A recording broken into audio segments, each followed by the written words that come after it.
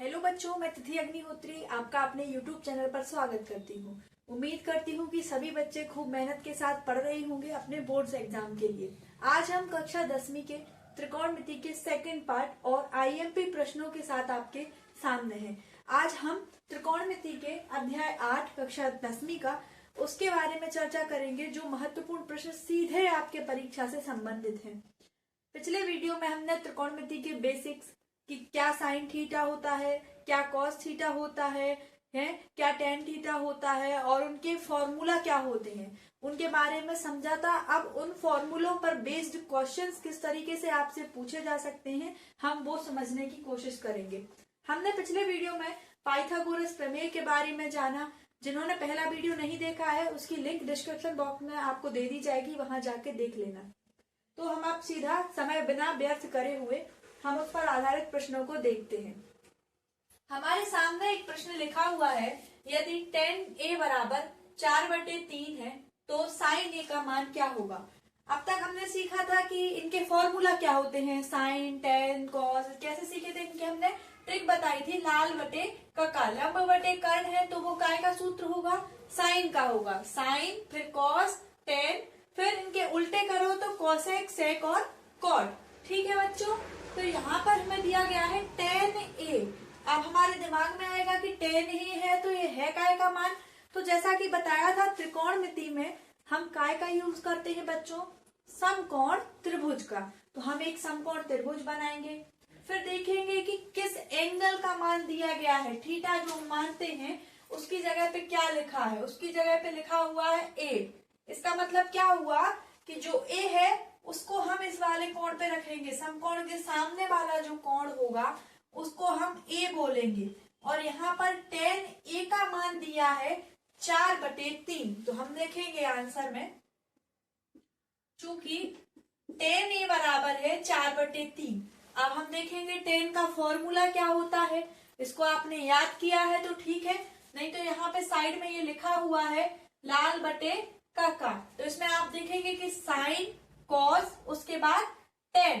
Ten मतलब क्या होता है, लंब बटे आधार। तो हम क्या लिखेंगे, लंब बटे आधार।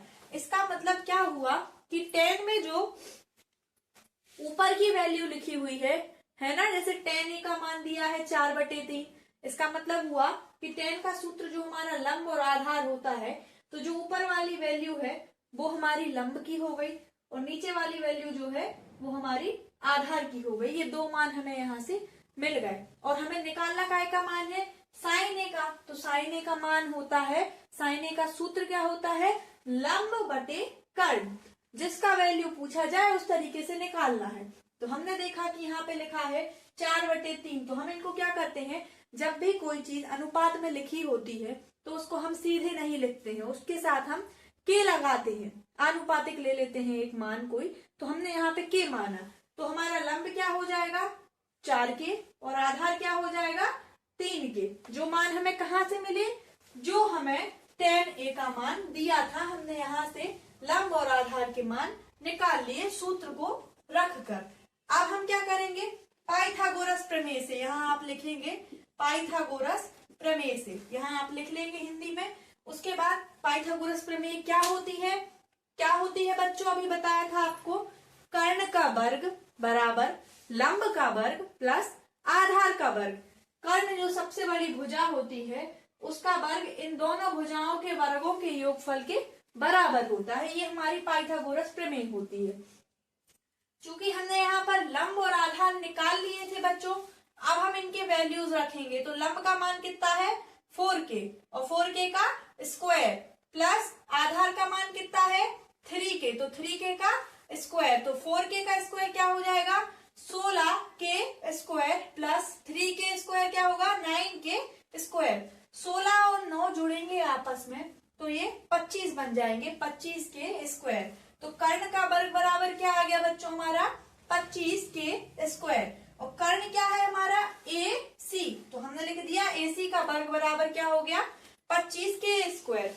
अब हमने आपको सिखाया है कि जब भी बराबर के एक तरफ स्क्वायर लगा होता है और दूसरी तरफ कोई संख्या लिखी होती है, कोई डिजिट लिखा होता है और हमें उसका स्क्वायर हटाना है, उसके वर्ग को खत्म करना है तो दूसरी तरफ हम क्या कर देते हैं, अंडर रूट लगा देते हैं, करनी लगा देते हैं।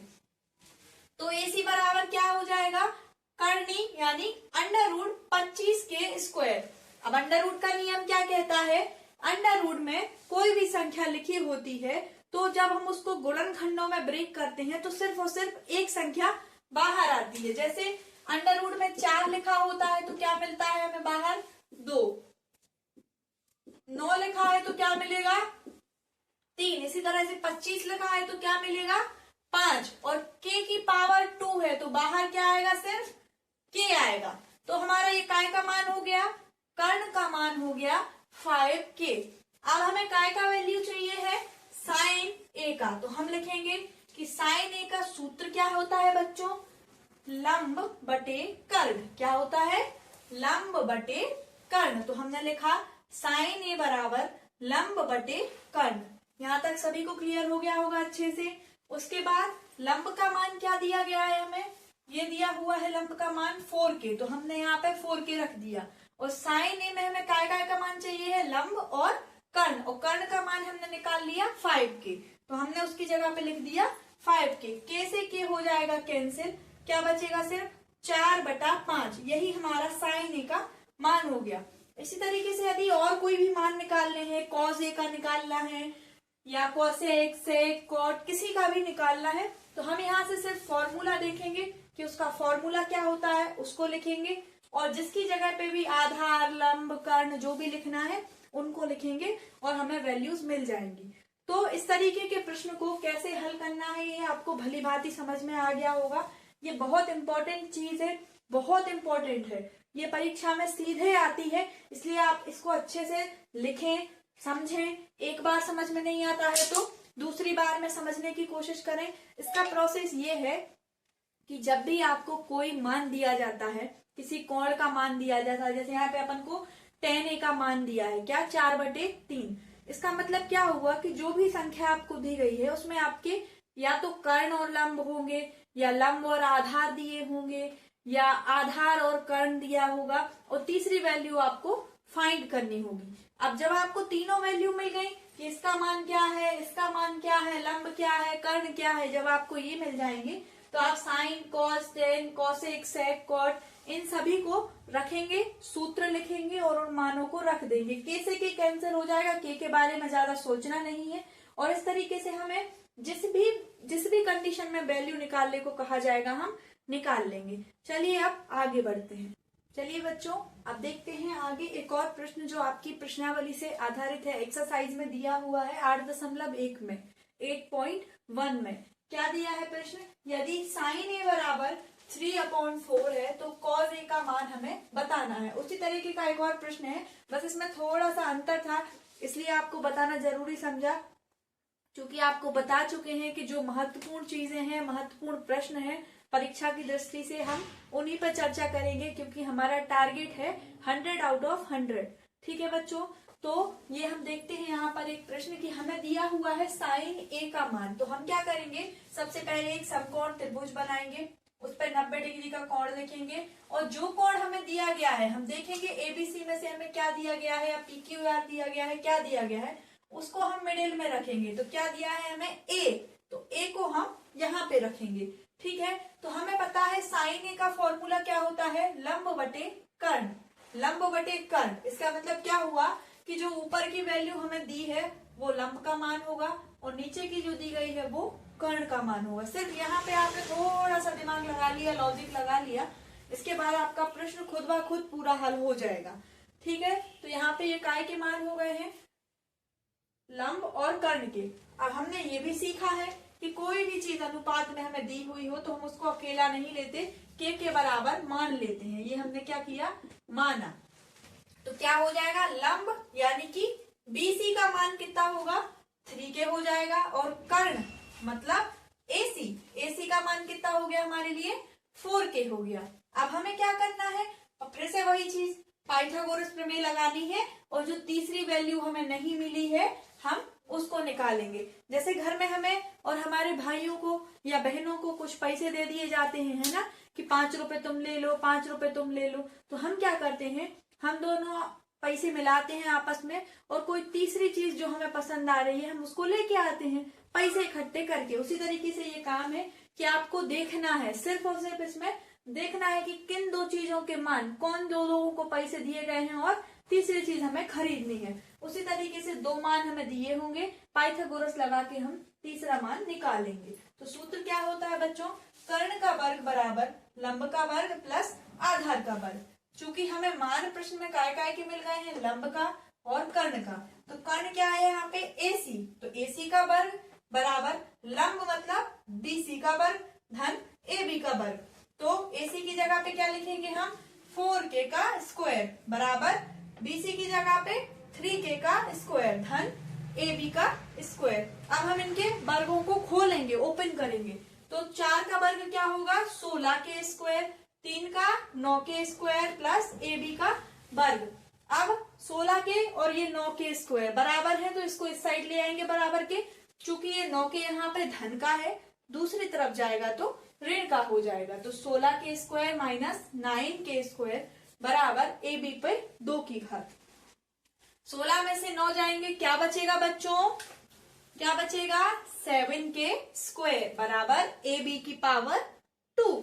ठीक है बच्चों, अब हमने क्या सीखा है कि जब एक तरफ वर्ग होता है और दूसरी तरफ कोई डिजिट लिखा होता है और हमें सिर्फ और सिर्फ वो एक का मान चाहिए होता है, वर्ग नहीं चाहिए होता, तो हम क्या करते हैं, दूसरी तरफ अंडर रूट लगा देते हैं। तो हमें AB का मान चाहिए है सिर्फ, तो हमने क्या किया, दूसरी तरफ अंडर रूट लगा दिया, अंडर रूट 7 के स्क्वायर। AB बराबर क्या हो जाएगा बच्चों, अब यहाँ पे अंडर रूट हटाने की बारी आती है। चूंकि अंडर रूट 7 को हम निकाल नहीं सकते, जैसे 4 हो गया, 9 हो गया या 25 हो गया, ये संख्याएं लिखी होती हैं तो सीधी 5, 3 या 2 बाहर आ जाते हैं। लेकिन यहाँ पे ऐसा कुछ नहीं है, तो हम क्या करेंगे, अंडर रूट 7 लिख देंगे, और के स्क्वायर है इसलिए के को सिर्फ अकेला लिख देंगे। तो ये हमारा AB का मान हो गया। और AB क्या है बच्चों, हमारा आधार है। तो ये वैल्यू काय की हो गई हमारे लिए, आधार निकल आया हमारा। तो हमारे पास तीनों चीजें हो गई, लंब भी हो गया, कर्ण भी हो गया और आधार भी हो गया। 2 चीजें हमारे पास थी, तीसरी चीज हमने निकाल ली। अब हमें क्या करना है, काय का मान चाहिए है। आप प्रश्न को देखिए वापस, काय का मान पूछा गया है cos A का। यदि कुछ और पूछा जाता तो हम उसका फॉर्मूला लगाते, हमसे जो पूछा गया हम उसका फॉर्मूला लगाएंगे। तो cos साइन, उसके बाद आता है cos। क्या होता है cos का फॉर्मूला, आधार बटे कर्ण। क्या होता है बच्चों, आधार बटे कर्ण। तो cos A बराबर हम लिखेंगे आधार बटे कर्ण, और आधार क्या है हमारा AB, कर्ण क्या है AC। तो आधार की वैल्यू कितनी आई है AB की, अंडर रूट 7 और K साथ में है ना। इसी तरीके से कर्ण की क्या है 4K, K से K कैंसिल हो जाएगा, ऊपर बचेगा सिर्फ और सिर्फ अंडर रूट बटे में 4। तो क्या हो जाएगा मान cos A का, अंडर रूट 7 बटा 4। ये हमारा cos का मान हो गया। इसी तरीके से और भी आपसे मान पूछे जाए तो उनके सूत्र लगाइए और उन मानों को निकालिए। एक चीज और इम्पोर्टेंट, यदि मान लो इस तरीके से लिखा हुआ है साइन A का मान है 2, तो आप इस तरीके के प्रश्न को कैसे हल करेंगे। जैसा कि आपको बताया था, जिसका कोई नहीं होता उसका कौन होता है, भगवान होता है, सबका मालिक एक। तो इसके बटे में क्या आ जाएगा 1। इसका मतलब जो ऊपर संख्या लिखी है वो हमारा लंब हो गया, और नीचे कर्ण का मान कितना हो गया 1 हो गया, लंब बटे कर्ण। ये 2 मान हमारे ऐसे निकल आएंगे। चलिए बच्चों, आज के लिए इतना ही। इन इम्पोर्टेंट प्रश्नों को अच्छे से समझना, अच्छे से करना। मिलते हैं अगले वीडियो में हम कल आपके साथ। लाइक शेयर सब्सक्राइब कीजिए और वीडियो को खूब देखिए, और परीक्षा को अपनी 100 आउट ऑफ 100 का टारगेट है जो, उसको पूरा करिए। धन्यवाद।